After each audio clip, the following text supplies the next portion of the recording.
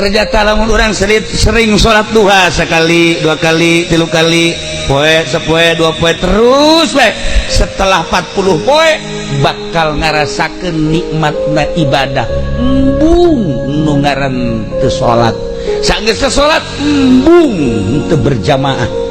Eta balukar tina salat duha. Bakal dibere ngeunaheun geura ge. Eta geus kapanggih ku wali Allah nu ngaran Syakikil Balqi. Ngeunaheun sacara ternyata tina hasil duha ngawarung, mun ngawarung teh mah jadi lancar ngawarungna. Anu balanja Masya Allah kita ngeungkeuy ngahutang kabeh.